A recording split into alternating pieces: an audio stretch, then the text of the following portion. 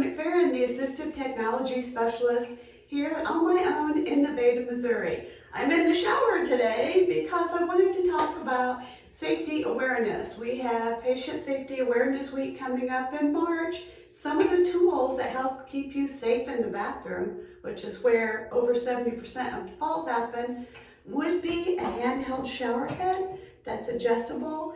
And that way you could use a shower chair to be able to sit down and bathe safely, rather than standing up if you are a fall risk. We have different types of shower chairs, and then also the grab bars.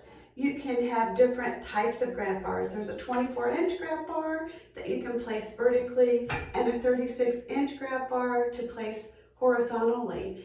To ask questions about these devices or any other devices, call 800-362-8852, and that will get you to all of our offices in Nevada, Collins, and El Dorado Springs. Thank you so much.